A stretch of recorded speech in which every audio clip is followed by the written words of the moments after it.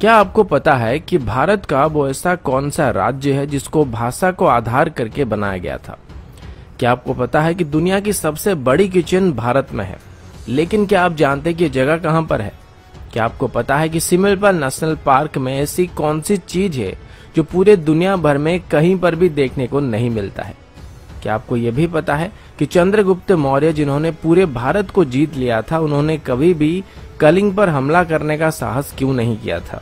आज की वीडियो में हम ऐसे ही 10 मजेदार फैक्ट के बारे में बात करने वाले हैं, जो कि भारत की एक ऐसी राज्य के बारे में है जिसको मेन स्ट्रीम मीडिया तभी कवर करती है जब वहां पर बाढ़ आ जाती है, साइक्लोन आ जाता है या फिर कोई प्राकृतिक विपदा आ जाता है। लेकिन दूसरे तरफ इस राज्य के इतिहास को अगर आप गौर से देखेंगे तो आपको एक बहुत ही पुरानी और उन्नत सभ्यता देखने को मिलेगा। साथ ही इसकी प्राकृतिक सौंदर्य आपको यहाँ पर बार बार आने के लिए मजबूर भी कर सकता है। जी हाँ, मैं उड़ीसा की बात कर रहा हूँ और आज मैं अपने राज्य से जुड़े हुए 10 मजेदार और जानकारी से भरे हुए फैक्ट आप सभी को बताने जा रहा हूँ।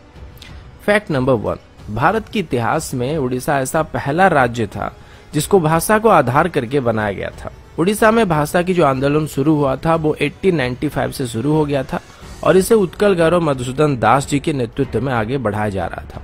और फाइनली भारत को आजादी मिलने से पहले ही, यानी कि 1936 में ही उड़ीसा को भारत का पहला राज्य बना दिया गया जिसको भाषा को आधार करके बनाया गया था।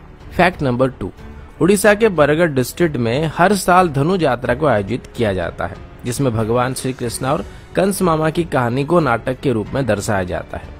इस यात्रा को करीब 8 किलोमीटर की रेडियस में आयोजित किया जाता है और इसे दुनिया का सबसे बड़ा ओपन एयर थिएटर कहा जाता है और इस वजह से इसको Guinness book of world record में भी मान्यता दिया गया है। इस फेस्टिवल में कोई भी प्री रिटन स्क्रिप्ट नहीं होता है और इस फेस्टिवल के दौरान कंस वहां पर किसी भी इंसान को दंड दे सकते हैं। और एक बार तो उड़ीसा के पूर्व चीफ मिनिस्टर स्वर्गीय बिजू पटनायक जी को भी कंस राजा को फाइन देना पड़ा था। फैक्ट नंबर 3, उड़ीसा का जो परंपरागत नृत्य है उसको ओडिसी कहा जाता है और ये बात बहुत सारे लोग जानते होंगे। इस नृत्य को सीखने के लिए देश विदेश से लोग यहाँ पर आते हैं, लेकिन ये नृत्य सिर्फ उड़ीसा के लिए गर्व की बात नहीं है, ये पूरे भारतवर्ष की एक पुरानी सभ्यता का प्रतीक है। इस नृत्य कला के बारे में हमारी पुरानी संस्कृत स्क्रिप्चर्स नाट्य शास्त्र में बताया गया है और इसको भारत का सबसे पुरानी नृत्य कला में से एक माना जाता है। इसको मुगल रूल के दौरान या फिर ब्रिटिश रूल के दौरान सप्रेस करने की भी कोशिश की गई थी, लेकिन स्वाधीनता मिलने के बाद इसको हमने दोबारा रिवाइव करने में कामयाबी हासिल कर लिया था। फैक्ट नंबर 4, क्या आपको पता है कि ताजमहल के बनने से काफी पहले से ही कोणार्क टेम्पल को बना दिया गया था और सबसे बड़ी बात यह है कि इसको समंदर के अंदर बनाया गया था। अगर आप कभी भी कोणार्क टेम्पल घूमने के लिए आए होंगे तो आपने देखा होगा कि किस तरीके से बारीक खुदाई करके पत्थरों में अद्भुत कलाकारी का प्रदर्शन किया गया था, जो कि उस वक्त के ओडिया आर्किटेक्चर के बारे में सोचने में मजबूर करता है। इसके बारे में इतने ज्यादा अद्भुत और अनसुनी फैक्ट है जिसको लेके एक पूरी वीडियो बनाई जा सकती है। वैसे अभी आपको जो कोणार्क टेम्पल देखने को मिलता है वो सिर्फ इसका आधा हिस्सा है और जो मेन मंदिर था वो टूट चुका है।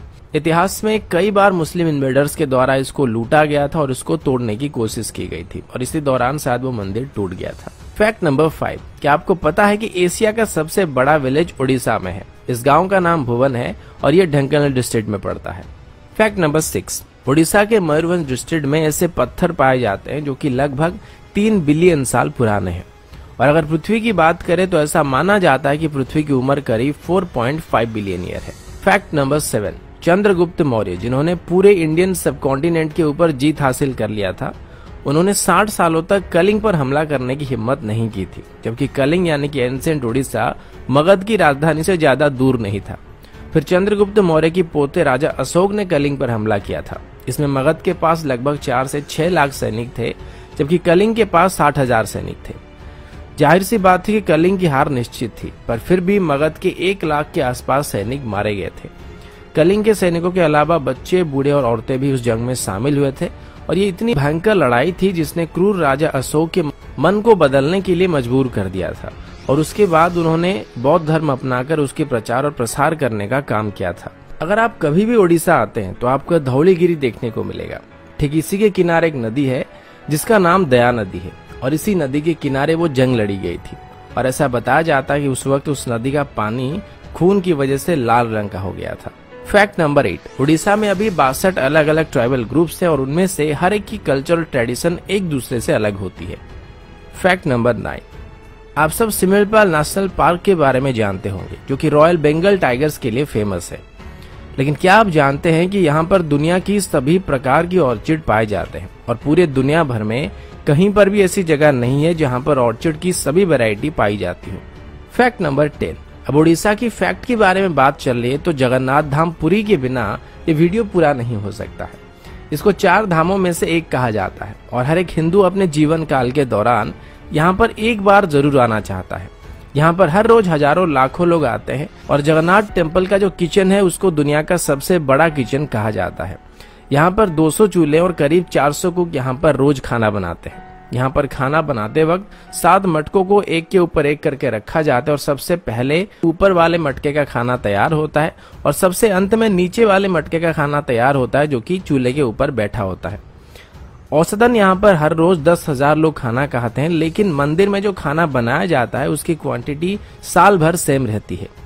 लेकिन मजे की बात तो ये है कि यहाँ पर खाना कभी भी वेस्ट नहीं होता है और उसी खाने को कुछ हजार लोगों को परसा जा सकता है और 20 लाख लोगों को भी परसा जा सकता है।